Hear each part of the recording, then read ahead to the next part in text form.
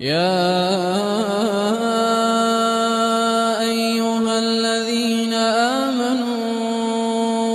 إذا نودي للصلاة من يوم الجمعة فاسعوا إلى ذكر الله